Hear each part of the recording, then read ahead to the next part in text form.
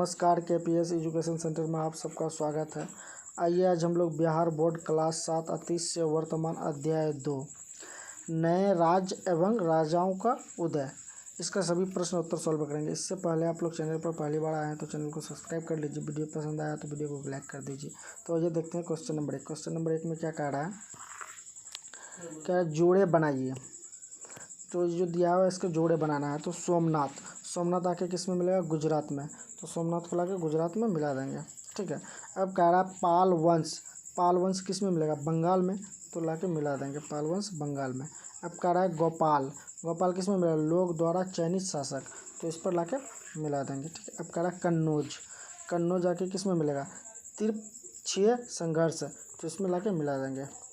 अब बचा मध्य भारत किस में मिलेगा, गुज्जर प्रतिहार। तो इस पर लाके मिला देंगे, ठीक है। अब आइए नेक्स्ट क्वेश्चन पर चलते हैं। क्वेश्चन नंबर 2 में कह रहा है दक्षिण के प्रमुख राज्य कौन कौन थे। तो इसका उत्तर है दक्षिण के प्रमुख राज्य निम्नलिखित थे: चोल, चेर, पांड्य, राष्ट्रकूट, चालुक्य। क्वेश्चन नंबर 3 में कह रहा है उस समय राजा कौन कौन सी उपाधियां धारण करते थे। तो इसका उत्तर है उस समय के राजा अनेक बड़ी बड़ी उपाधियां धारण करते थे, जो उनके द्वारा विजित राजा उनकी अधीनता स्वीकार करते हुए देते थे, जैसे महाराजा धीरज, भट्टरक, परमेश्वर, त्रिभुवन, चक्रवर्ती आदि। अब आइए क्वेश्चन नंबर 4 में कह रहा है बिहार एवं बंगाल में किन वंशों का शासन था। तो इसका उत्तर है बिहार एवं बंगाल में कर्मसेन, सेन तथा पाल वंश का शासन था। क्वेश्चन नंबर 5 में कह रहा है तमिल क्षेत्र में किस तरह की सिंचाई व्यवस्था का विकास हुआ। तो इसका उत्तर है सिंचाई के लिए पानी की व्यवस्था हेतु डेल्टाई क्षेत्र में तट बनाए गए और पानी को खेतों तक पहुंचाने के लिए नहरें खोदी गई। सिंचाई के लिए कुआं की संख्या बढ़ाई गई। वर्षा का पानी बर्बाद न हो, इसीलिए उस पानी को एकत्र करने के लिए बड़े बड़े सरोवर बनाए गए। ये सभी काम योजनाबद्ध तरीके से किए गए। राज्य कर्मचारियों के साथ स्थानीय किसानों का सहयोग भी लिया गया। अब आइए क्वेश्चन नंबर 6। क्वेश्चन नंबर 6 में कह रहा है कन्नौज शहर 3 शक्तियों के संघर्ष का केंद्र बिंदु क्यों बना। तो इसका उत्तर है कन्नौज उत्तर भारत का एक प्रसिद्ध नगर था, जो कभी हर्षवर्धन की राजधानी रह चुका था। इस नगर पर अधिकार का तात्पर्य था कि वह शासक गंगा यमुना दोआब के उपजाऊ मैदान पर अधिकार कर लेता तो राजस्व का एक बड़ा जरिया बनता। यहाँ से तीनों में से किन्हीं दो पर बेहतर ढंग से नियंत्रण रखा जा सकता था। कन्नौज गंगा के किनारे अवस्थित था, अतः वहाँ से अधिक व्यापारिक कर असूल जाने की आशा थी। इन्हीं कारणों से कन्नौज गुज्जर प्रतिहार, राष्ट्रकूट और पाल ये तीनों का केंद्र बिंदु बन गया। ये तीनों शक्तियाँ लड़ते लड़ते परास्त हो गई और तीनों के राज्य समाप्त हो गई। अब आइए क्वेश्चन नंबर 7। क्वेश्चन नंबर 7 में कह रहा है महमूद गजनवी अपने विजय अभियान में क्यों सफल रहा। तो इसका उत्तर है महमूद गजनवी अपने विजय अभियानों में ही लूट अभियानों को अपनाया।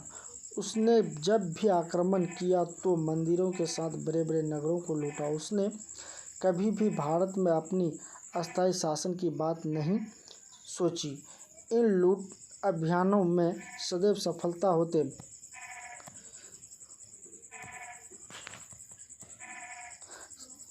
होते रहने का एकमात्र कारण था कि यहाँ के राजा शासकों में मेल नहीं था।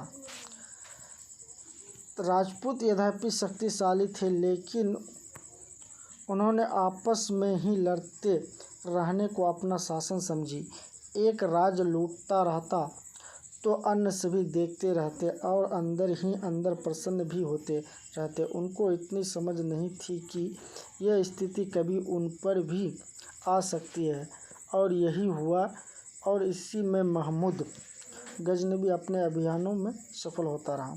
क्वेश्चन नंबर 8 में कह रहा है सामंतवाद का उदय किस प्रकार हुआ?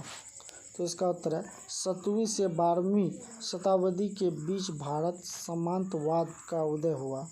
उस समय राजा युद्धों में जब किसी राजा को हराते थे तो उसके राज्य को अपने राज्य में मिला देते थे, लेकिन लगभग 1000 ईस्वी के आसपास युद्ध में हारे हुए राजा को उसके राज्य वापस मिल जाते थे और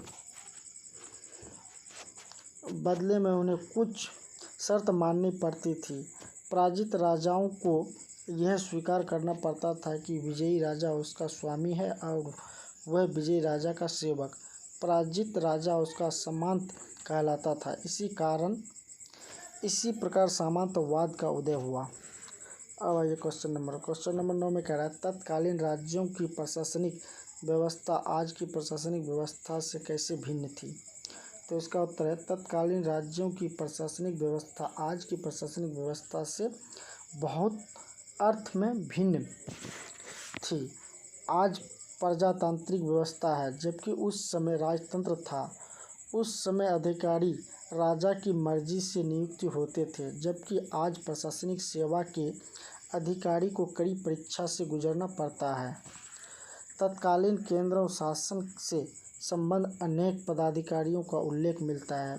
विदेश विभाग के प्रधान को संधिविग्र कहा जाता है, जबकि आज केंद्र सरकार को खास तौर में एक विदेश विभाग है जिसकी देख रेख प्रधान सचिव के हाथ में होता है। इसके ऊपर एक विदेश मंत्री होता है। आज के राजस्व विभाग को वित्त मंत्री के अधीन रखा गया है। इस विभाग में भी मुख्य सचिव के नीचे अधिकारियों कर्मचारियों का एक समूह काम करता है। आयकर विभाग राजस्व विभाग का ही अंग है। भंडारिक जैसा अधिकारी आज नहीं हुआ करते हैं। उस समय भंडारिक इसलिए नहीं हुआ करते थे क्योंकि कर अनाज के रूप में भी वसूला जाता है। उस समय महादंड नायक होता था जो पुलिस विभाग का प्रधान होता था, लेकिन आज दंड देने के लिए न्यायपालिकाएं अलग हैं और पुलिस विभाग अलग है। आज पुलिस का काम दोषियों को पकड़ना मात्र, दंड न्यायपालिकाएं दिया करती है।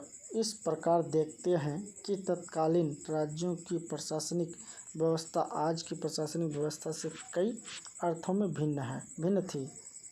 अब आइए क्वेश्चन नंबर 10। क्वेश्चन नंबर 10 में क्या रहा है क्या आज भी हमारे समाज में सामंतवादी व्यवस्था के लक्षण दिखते हैं? तो इसका उत्तर आज दिखने के लिए तो सामंतवादी व्यवस्था हमारे समाज में नहीं है, लेकिन मध्यकालीन सामंती व्यवस्था से भी अधिक कर सामंतों सा राजनीतिक बाहुबलियों का उदय हो गया है।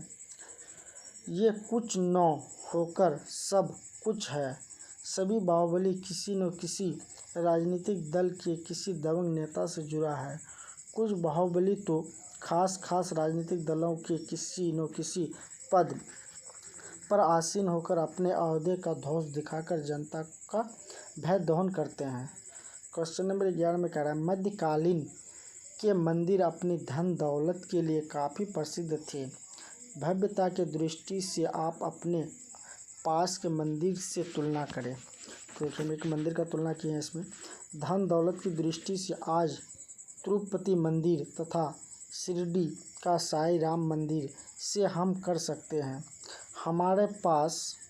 हमारे आसपास के मंदिरों से यदि तुलना करें तो पटने का महावीर मंदिर किसी भी दृष्टि से भव्यता और धन न्याय से किसी प्रकार कम नहीं। आधुनिक काल में निर्मित इस मंदिर में आधुनिकता के पुट हैं। दान दक्षिणा में यहाँ भी भारी चढ़ाव चढ़ता है। मंदिर अपनी आय से अनेक समाज सेवा संस्थान चलाता है। अब आइए क्वेश्चन नंबर 12। क्वेश्चन नंबर 12 में कह रहा है भारत के मानचित्र पर प्रतिहार, पाल और राष्ट्रकूट वंश द्वारा शासित क्षेत्रों को दिखाएं। वर्तमान समय में ये भारत के किस भाग में अवस्थित है। तो किताब में इस चीज़ जो है मानचित्र दिया हुआ है उसको देख के आप लोगों को बता देना है कि मानचित्र देखकर प्रतिहार पाल और राष्ट्रकूट वंश द्वारा ये दिखा देना है आप लोगों को, ठीक है।